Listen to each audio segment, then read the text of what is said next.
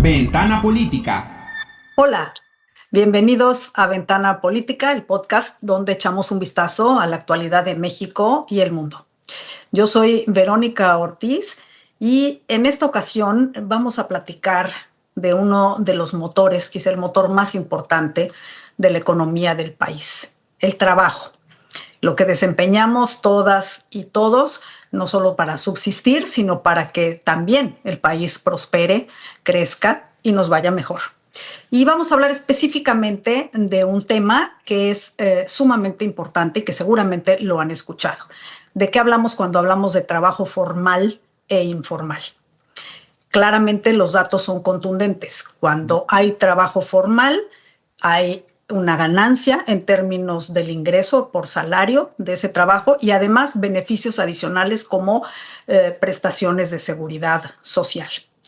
De ahí la importancia de saber si nos estamos encaminando justo a una economía que se base más en empleos formales o nos encontramos todavía en una tendencia que no logra, digamos, dar el punto de inflexión para que los trabajos formales sean la mayoría de los empleos en este país. Para platicar de este tema, hoy me acompaña Axel González. Él es el coordinador del área de datos de la Asociación México Cómo Vamos y además también coordinador del nuevo reporte sobre la informalidad, Cómo Vamos en México 2026. Bienvenido, Axel. Hola Vero, ¿qué tal? Un gusto saludarte y a toda la audiencia.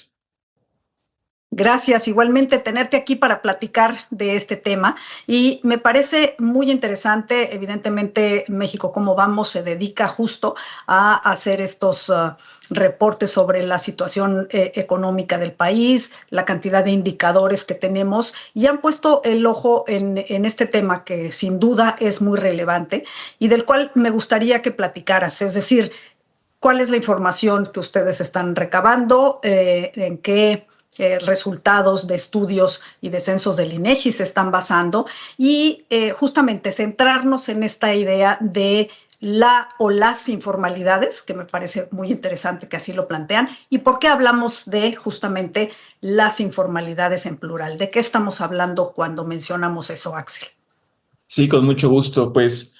Sí, desde México, ¿cómo vamos? Uno de nuestros focos principales en términos de análisis es justamente la parte del trabajo, el mercado laboral. Y de hecho, desde hace mucho tiempo consideramos dos fallas estructurales del mercado laboral mexicano a las que les damos seguimiento. Uno es justamente la alta y persistente informalidad laboral y la segunda falla estructural que consideramos también es la baja participación laboral femenina. En este reporte en cuestión nos centramos un poco más en la parte de informalidad laboral, aunque hacemos algunos análisis específicos a cómo se relacionan estos dos problemas estructurales. Como bien mencionabas, la informalidad laboral es importante partir de qué entendemos por este Claro. concepto, porque incluso digamos, del origen de hacer este tipo de análisis y reportes es que veamos había cierta confusión, no se usaba de la misma manera, por ejemplo, la informalidad laboral que la economía informal o el sector informal de la economía. Y son situaciones que están relacionadas entre sí, pero no estamos hablando de lo mismo. Como bien mencionabas en la introducción, informalidad laboral es esta situación en donde las personas trabajadoras no cuentan con seguridad social o protección legal e institucional correspondiente a su vínculo laboral, al tiempo que trabajan. Claro. Digamos, es uno de los puntos de desigualdad de tener un empleo informal respecto a uno formal, Claro. porque el que no tienes acceso a la seguridad social implica que no tienes acceso a instituciones públicas de salud, como el IMSS o el ISSSTE, según Claro. corresponda, aportaciones para el retiro, para tu cuenta de vivienda, aguinaldo, etcétera. Y además, también lo que Sí, encontramos cobertura, por ejemplo, en accidentes de trabajo, ¿no? es La cobertura en casos justamente de maternidad o la pensión, o sea, muchas de estas prestaciones asociadas únicamente al trabajo formal, ¿no? sí, todas las prestaciones laborales que estén, digamos, reconocidas en la Ley Federal del Trabajo, cuando tú tienes un empleo informal, no tienes, digamos, asegurada ninguna de estas. Más bien, como el vínculo laboral no está reconocido, por lo tanto, todos estos derechos que deberíamos tener como personas trabajadoras, pues se encuentran ausentes. Por eso, digamos, es que es una situación que tiene que, digamos, que discutirse, platicarse Claro, y, digamos, claro. aunado a todas estas desigualdades que platicamos, otra que también es muy importante es la parte de ingresos. En términos Claro. generales, en un ingreso, en un empleo informal, el ingreso que se tiene es prácticamente la mitad que se observa en un empleo formal. Esto, digamos, en la parte más general, pero incluso cuando vamos interactuándolo con cuestiones, por ejemplo, como el género, nivel educativo y los tipos de informalidad laboral que vamos a platicar ahorita un poquito más, Ujú, pues estas brechas se van ampliando entre sí. ujú. Y digamos, ahí regresamos a lo que te platicaba al principio sobre de dónde partimos y qué estamos diciendo por informalidad laboral, porque, bueno, partiendo de que sigue siendo un problema estructural en el sentido de que todavía, digamos, a principio de este año, la mayoría de las personas que tienen un empleo en el país se encuentran en informalidad laboral. El dato concreto es Exacto. 54.8% de la población ocupada. Y, por ejemplo, si tomamos como referencia al inicio de esta serie que construimos, toda la información que tenemos sobre estadísticas laborales la tomamos desde la Encuesta Nacional de Ocupación y Empleo que levanta el INEGI El de INEGI. Ujú. forma Desde trimestral. 2005, ¿no? Desde 2005, por ejemplo, en Ujú. el primer trimestre de 2005, la tasa de informalidad laboral era de 59.3%. Esto quiere decir que en estos 21 años que han transcurrido, se ha reducido en 4.5 puntos porcentuales. Pues, claro que es un resultado positivo siempre esta reducción, pero a mí me parece que vale la pena preguntarnos si digamos, el periodo de tiempo es el adecuado para una reducción de esta magnitud. A mí me parece que la reducción debería ser mucho más acelerada Claro. precisamente por estas desigualdades estructurales que están asociadas Ujú. a la condición laboral de las personas. Efectivamente, y sí, y digo, al final, justo cómo le metemos velocidad, ¿no? En todo Así es. caso, a esta tendencia que, como bien señalas, es positiva, pero ha tomado mucho tiempo, ¿no? Y entonces Así es. estamos justo sin un claro punto de inflexión, como decía yo al principio. Nada más déjame, porque todos estos temas que me parecen importantísimos a tratar y que los vamos a ir justamente desarrollando, el género, ¿no? La escolaridad, simplemente este dato de que alguien que tiene un empleo formal puede ganar hasta el doble de lo que ingresa una persona que está en la economía informal, pues me parece ya, ¿no? De suyo un dato sumamente interesante, pero que nos lleva al punto que quiero seguir porque lo marcan ustedes muy bien en el reporte. Cuando uno dice alguien que trabaja en la informalidad, no estamos hablando nada más de alguien que a lo mejor tiene un puesto, ¿no? En un tianguis digamos, o tiene justamente como hace sus propias chambas. O alguien que trabaja incluso, por ejemplo, podemos pensar en el trabajo doméstico y otro tipo de cuestiones. No estamos hablando nada más de eso y mucha gente piensa en la informalidad e inmediatamente no relacionas con este tipo de empleos, pero en muchos otros ámbitos, y es a lo que quiero llevarte, hay en muchos otros ámbitos de la economía de un país, hay trabajo informal. Así es. De Ujú, hecho, esa distinción que señalas es el punto de partida cuando empezamos a analizar a profundidad el fenómeno sobre informalidad laboral. ujú. De hecho, hace un par de años hicimos un reporte similar en conjunto con Oxfam Sí. y pues, ambas organizaciones veíamos que había, digamos, una necesidad importante de hacer esta distinción entre lo que implica estar en informalidad laboral o no. Y por ejemplo, ahí tomando como referencia lo que platicamos sobre el 54.8% de la población ocupada en informalidad laboral, lo que Ujú, hicimos fue simplemente rebanar ese porcentaje de la población en cuatro categorías y es lo que llamamos cuatro tipos de informalidad laboral. Y ujú, entonces ahí ya podemos encontrar particularidades que, digamos, nos van a llevar también, por ejemplo, a lo que platicábamos hace un rato sobre cómo podría reducirse esta tasa de informalidad laboral a un ritmo mucho mayor. ujú. Tenemos primero en esa división en cuatro categorías. El primero es lo que generalmente pensamos cuando decimos informalidad laboral, que es lo que señalabas, ¿no? Una persona que Sí, tiene tal vez un puesto en un tianguis, en un mercado, que tiene un puesto de frutas, y exacto. verduras. Esas Ujú. son las personas que efectivamente se encuentran en el sector informal de la economía y es un porcentaje bastante considerable, corresponden al 29.5% de la población ocupada en el país, es decir, 3 de cada O 10 sea, 3 de cada 10 personas ocupadas, trabajan ¿no? en el sector informal de la economía, Ujú. pero acordándonos que partíamos de poco más de la mitad de la población ocupada, entonces decimos, bueno, entonces el resto de ¿El personas en resto dónde están? laboral, ¿dónde están? Bueno, Ujú. otro porcentaje muy importante, el 13%, son personas que trabajan en el sector formal de la economía, es decir, en empresas, gobierno e instituciones diversas, que, digamos, sí tienen un vínculo laboral con este tipo de instituciones, pero, digamos, ese vínculo laboral no les da acceso a la seguridad social. Entonces, por eso era Ah, importante que iniciáramos la conversación sobre qué implica estar en la informalidad laboral, porque aunque tengas un contrato establecido, tienes sí. un contrato de honorarios, por ejemplo. Exactamente, Claro. los trabajadores independientes, los trabajadores Ujú. por honorarios, Por son cuenta personas, propia. Ujú. ajá,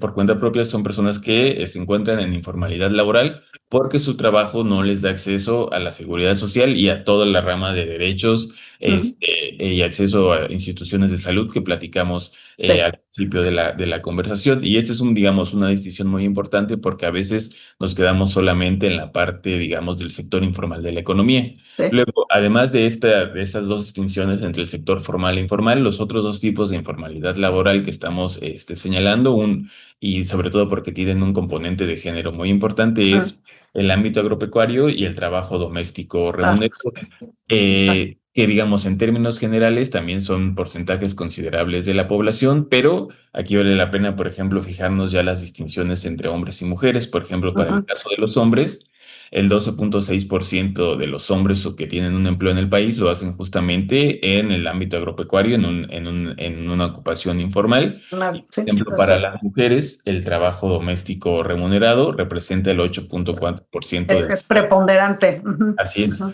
Entonces, digamos, por eso es que es importante hacer estas distinciones en cuatro tipos de informalidad laboral. Primero, para quitarnos como este concepto de que solo un tipo de trabajo es, digamos, es informal, es decir, este que estábamos pensando en el sector informal de la economía. Es Sí, importante decir que la informalidad laboral también está en el sector formal de la economía y, claro. digamos, los otros dos que están muy relacionados al género, y el tipo de labores que realizan las personas.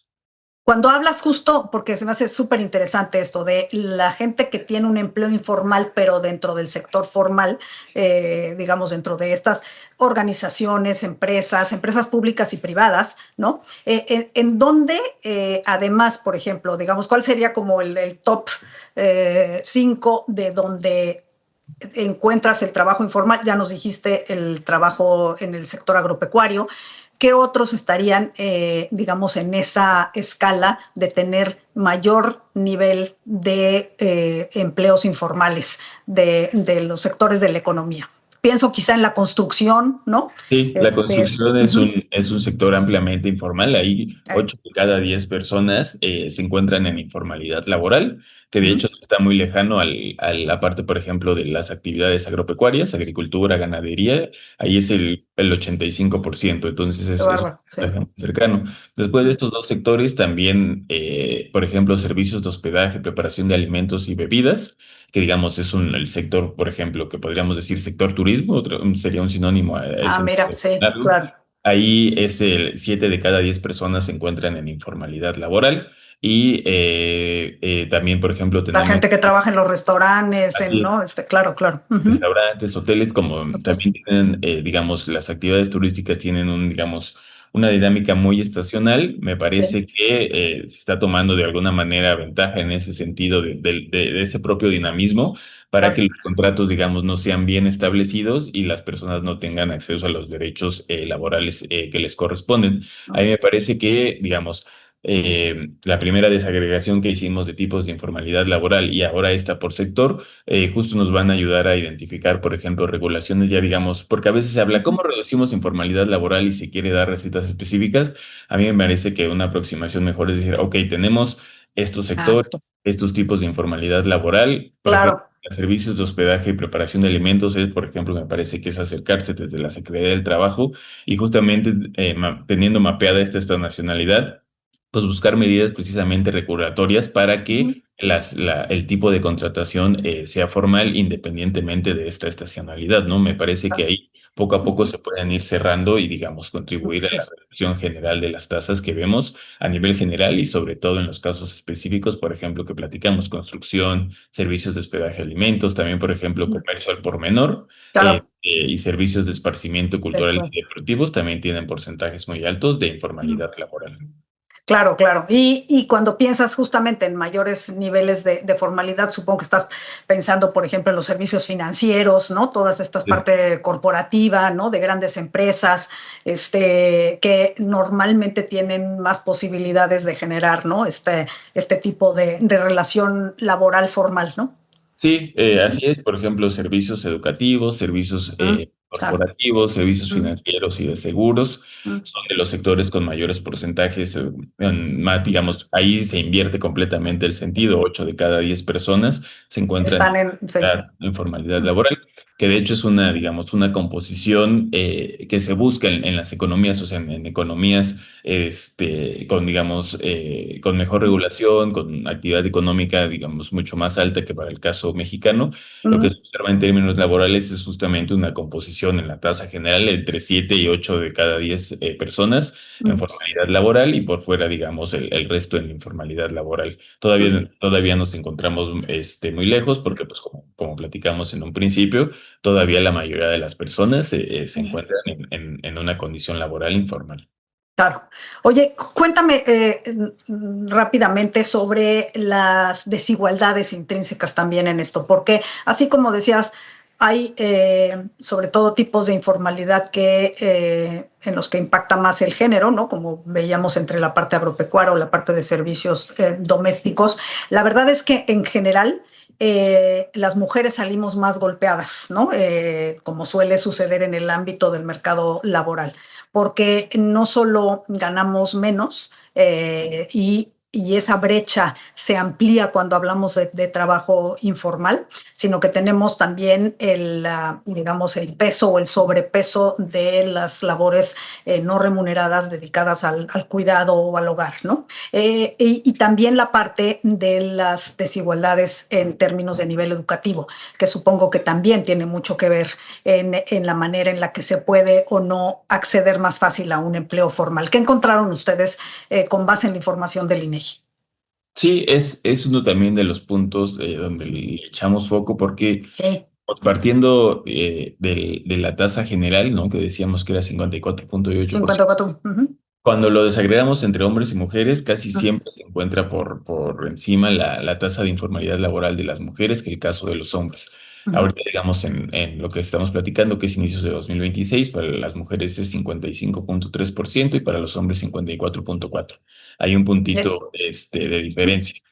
Entonces, de ahí lo que buscamos hacer es como ir explicando por qué, digamos, de forma persistente siempre encontramos este resultado, sobre todo también por lo que platicabas, por la implicación que tiene en la brecha de ingresos, sobre todo. Y eso está muy relacionado a las dos cuestiones que platicabas, tanto en la parte de escolaridad, la condición laboral, y una cosa que vamos a hacer énfasis es en el uso del tiempo.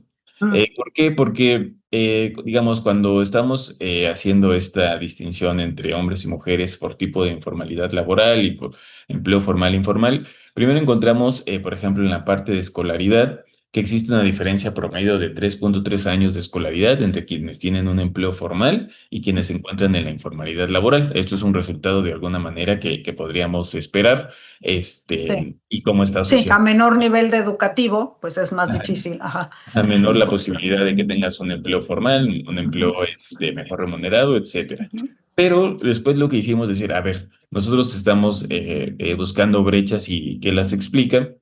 Entonces, cuando hacemos la distinción por los dos tipos de empleo, formal e informal, y por los 4 tipos de informalidad laboral, un Sí. resultado persistente que encontramos es que las mujeres tienen mayor escolaridad promedio que los hombres, tanto en el empleo formal como en Ah, como en el informal. Y eso nos qué lleva interesante. a preguntarnos, entonces, porque muchas veces, digamos, la explicación natural a las brechas de ingresos son, digamos, la parte de capital humano, el nivel educativo Sí. asociado a ciertos tipos de empleo mejor remunerados. Pero entonces, la pregunta que nos hicimos fue entonces las brechas de ingreso. Lo que hicimos, por ejemplo, fue un primer paso, decir, a ver, vamos a ver cuáles son los ingresos laborales promedio de los hombres y las mujeres, Ujú. descomponiendo por nivel educativo. Y entonces el primer resultado que pues ya también esperábamos es que pues los niveles educativos más bajos son para las personas que no tienen educación o educación básica y van Ah, aumentando a medida que incrementa la educación de las personas. Va siendo mayor en educación media superior, después en ujú. licenciatura o equivalente y en posgrado, ¿no? Siendo los niveles educativos asociados a mayores niveles de ingreso. Pero algo que permanece en todos los niveles educativos es que de forma persistente son mayores los ingresos laborales promedio de los De hombres los hombres. que de las mujeres. Entonces, de ahí ya vimos que, digamos, sí se mantiene esto, digamos, esta idea que tenemos sobre que un mayor nivel educativo está asociado a mayores niveles de ingresos, pero en todos los niveles educativos permanece la brecha entre hombres y mujeres. Y In- después, Increíblemente, aunque las mujeres tengan un mejor nivel aunque, educativo, aunque, ¿no? aunque vimos de partida que en Sí. general, por tipo de empleo y por tipo de informalidad laboral, las mujeres tenían mayores años de escolaridad Ah, promedio. no sé. Ujú, Entonces, después la siguiente es, digamos, ujú, bueno, vamos a hacerlo por condición laboral, por empleo, digamos, por tipo de empleo formal e informal y por los cuatro tipos de informalidad laboral. Y ahí nuevamente encontramos el mismo resultado. Encontramos, pues, lo que ya habíamos platicado desde un ujú, inicio, que los ingresos en un empleo formal son considerablemente mayores a los de un empleo informal, pero cuando hacemos la distinción entre hombres y mujeres, ujú. el ingreso por un empleo formal de los hombres siempre es consistentemente más alto que de las mujeres y lo mismo para el caso de un empleo informal. Y por ejemplo, digamos, ya tomando como referencia, sobre todo partiendo de la idea de que las mujeres siempre tienen tasas de informalidad laboral más alta, por Más ejemplo, alto. Ujú. a principios de año el ingreso laboral promedio de un hombre en un empleo formal son 15,868 pesos al mes. Y por ejemplo, para el Esto es caso un empleo formal. en un empleo Sí, formal, así es. correcto. Y en Ujú. un empleo informal para las mujeres, nuevamente al mes, son 6,914 pesos. Incluso Ok. aquí ya la brecha de la que partíamos en general de que era el doble, prácticamente el doble, aquí es ya mucho más del doble. Pues es mucho más, sí. Entonces ahí, digamos, ahí ya se van ampliando las brechas y la importancia justo de conocer cuáles son las características de las personas que van ampliándolas. Y digamos, este mismo resultado lo vemos también para los cuatro tipos de informalidad laboral, donde Ujú. que para los cuatro tipos de informalidad laboral, los ingresos laborales promedio mensuales de los hombres son más altos que de las mujeres. Ujú. Pero sobre todo, por ejemplo, aquí se ensancha mucho la brecha en un tipo de informalidad concreto, que es en el sector informal de la economía, donde el ingreso laboral de los hombres es 1,6 veces superior al de las mujeres. Y además, digamos, además de la magnitud de la brecha, que es importante recordar que es el tipo de informalidad laboral que concentra más a las personas, ¿no? Lo que platicábamos, que 3 de cada 10 personas en el país están Están. justamente empleadas en el sector informal de la economía. Ujú. Por eso es que esta brecha, digamos, además de la magnitud específica, tiene implicaciones poblacionales considerables porque es donde más personas se están empleando. Sí, claro. Y entonces, con esa configuración, digamos, el siguiente rubro que quisimos explorar fue la parte de las jornadas laborales, que es el uso del tiempo. Ujú. Y lo que hicimos para entender mejor la situación fue desagregar las jornadas laborales entre el trabajo remunerado, es decir, el trabajo que hacemos en nuestros trabajos, pero también incorporamos el trabajo no remunerado, que es el trabajo que se En realiza en donde impacta. cuidados y el hogar. Así es. Claro, Y claro. aquí el resultado importante que encontramos es que, en efecto, los hombres destinan más horas semanales al trabajo remunerado. Entonces, aquí alguien que no hubiera hecho la distinción entre los dos tipos de trabajo, el remunerado y el remunerado, podría decir, ah, pues sí, las brechas entre hombres y mujeres, además del nivel educativo, vienen porque O los sea, las hombres horas. Entre los están hombres trabajan más. trabajan más. Y Exacto. Mm. que, por ejemplo, si nos quedáramos ahí, sería que, por ejemplo, un hombre en un trabajo formal dedica a la semana 45 horas, en un Mm. informal 41. Una mujer en un empleo formal dedica 40,6 horas a la semana y en un Ujú. formal 32.4. Ahí, por ejemplo, es Ah, considerablemente menor. mm, Pero entonces ahí lo que hicimos fue agrupar las labores no remuneradas y aquí ya, digamos, cambia mucho la perspectiva, porque las mujeres, además de hacer las dos jornadas que ya platicamos para el trabajo formal o informal, según corresponda, las mujeres en un empleo formal, además de sus 40.6 horas, destinan 32 horas a la semana a labores de cuidado y del hogar, por mientras que supuesto. las personas en un empleo informal, además de sus 32 horas, dedican 36.7 horas a labores de cuidado y del hogar. O sea, están dedicando Exacto. más al trabajo no remunerado que al trabajo remunerado. Y esto, Claro. digamos, cuando lo platicamos algunas veces nos han dicho, entonces una de las ventajas del empleo informal es la flexibilidad. Es la palabra ventaja, siempre les digo, suena curiosa, entiendo por qué se piensa esto, porque digamos, no tiene la rigidez de una jornada laboral Sí, de formal, ¿no? un horario de trabajo, Y entonces puedes ahí como campechanear un poco eh, los dos tipos de labores, pero pero, acabas trabajando más, pero realmente terminas trabajando más y realmente que estés trabajando más en las labores no remuneradas, pues es una barrera de entrada por a supuesto. las ocupaciones formales que son Ujú, justamente más demandantes en tiempo. por Y este es un supuesto. fenómeno que no corresponde, por ejemplo, que no nos corresponde a los hombres, porque los hombres destinamos entre 18 y 16 horas a las labores no Mm, remuneradas, 18 para el caso de las personas en un ujú, empleo formal y 16 ujú. para los hombres en un empleo informal. Entonces, Ah, ya tomando, digamos, los dos tipos de labores, las mujeres trabajan mucho más, entre sí, 69 y 72 horas a la semana, mientras que para el caso de los hombres son entre 57 y 63 horas. sin duda. Entonces, este uso del tiempo, digamos, sí explica, por un lado, digamos, la permanencia de las brechas que hemos estado platicando, Claro. porque pues las jornadas laborales son, digamos, se dedican más en una semana, pero además aquí, digamos, esto implica, digamos, no solo una cuestión en el corto plazo, sino también la posibilidad de seguir creciendo, digamos, a lo largo de la vida laboral en el mediano y en el largo plazo, porque, Claro. digamos, es la manera en la que las personas se pueden ganar, se pueden ir ganando ascensos, etcétera, etcétera, Ujú. que digamos mucho de lo que comentó Claudia Golding cuando una de las economistas que ganó hace un par de años el premio Nobel, en cómo, digamos, estas diferencias en el tiempo que se pueden dedicar a las labores remuneradas entre hombres y mujeres determina en gran medida, digamos, la vida laboral que van a tener las personas a lo Sin largo, duda. a lo Sí. largo de toda su duración. Entonces, este es uno de los puntos que consideramos más importantes del estudio, justamente de ir descomponiendo poco a poco para entender cuáles son los orígenes de estas desigualdades, por qué destinan más las personas tiempo a un tipo de labor o las otras. Y, por ejemplo, también, por ejemplo, en esta parte, pues ya vimos que una de las partes que podría explicar por qué las mujeres se encuentran más en empleos informales que los hombres, pues es por esta parte de que Claro. del gran tiempo, digamos, de la gran duración que están dedicando a la parte no Y, remunerada y ujú. consecuentemente que no les permite incorporarse a trabajos mucho más demandantes en términos de tiempo. Y la necesidad justo de contar con esta agenda, ¿no? De reformas hacia sistemas de cuidados Así es. que permitan justamente a las mujeres, ¿no? Tener, o por lo menos equilibrar, ¿no? Un poquito más esa brecha entre el tiempo que tienen que dedicar o el sobretiempo, ¿no? Porque quiere decir que además de tu jornada laboral, tienes que dedicarle a estos trabajos de cuidado y del hogar. Y sin duda ese es un punto sumamente importante. Axel, nos gana el tiempo y nada más quiero preguntarte, así como último comentario, dentro del reporte de ustedes.